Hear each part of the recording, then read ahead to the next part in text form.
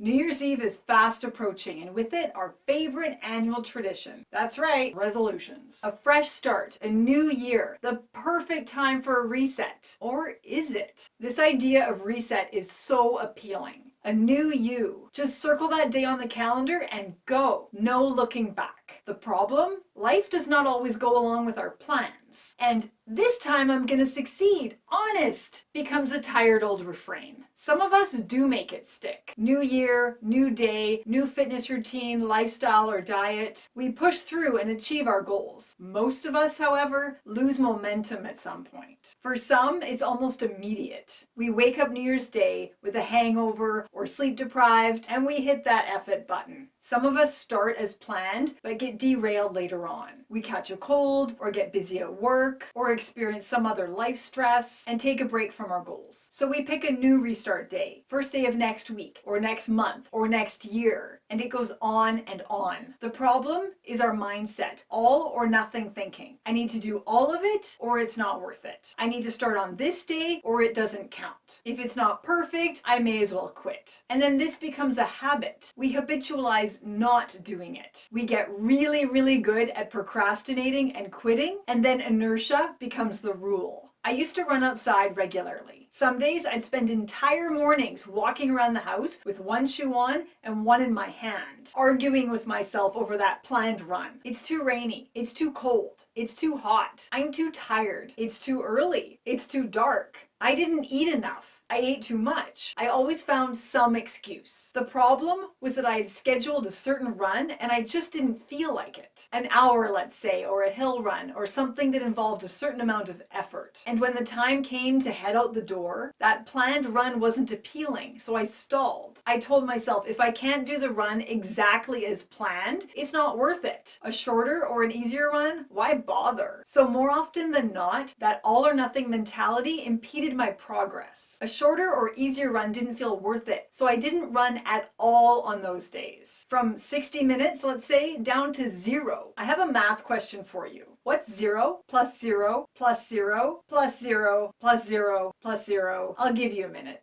One day I decided to choose a different tactic, a compromise. I'll head out the door for 10 minutes, just 10. If at the end of that 10 minutes I'm still not feeling it, I'll turn around and head home. This changed everything. 10 minutes was easy. 10 minutes was totally achievable. Occasionally, I'd run that 10 minutes and honestly not feel up to doing more. Maybe I was feeling run down, or was getting sick, or had muscle soreness and needed more recovery time. Some days I did turn around and head home, and it was a good choice. Not once, however, did I turn around and head home just because I was feeling lazy. Not once. Most of the time, I'd hit that 10-minute mark, and I'd think, okay, I can keep going, but I'd keep it small. I'll just run to that stop sign. And then I'd get to the sign, and I'd think, I can do a bit more. I'll just run to that street lamp.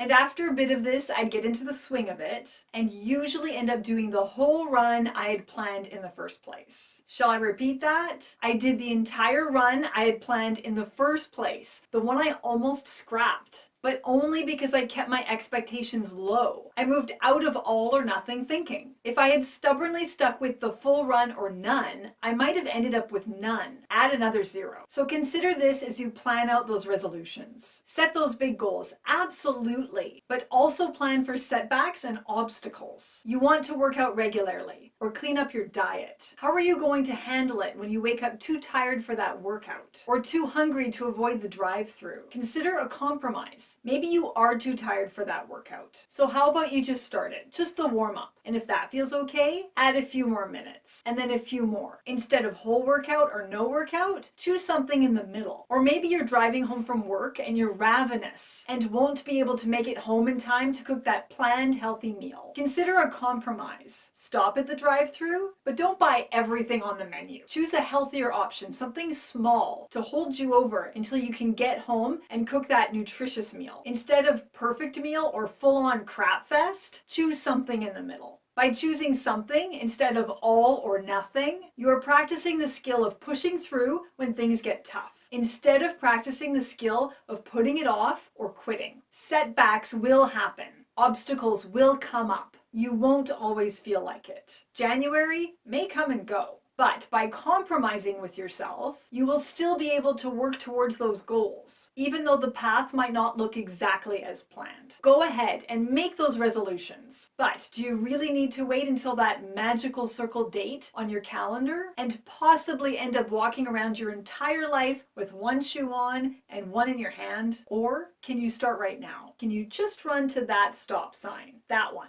right there.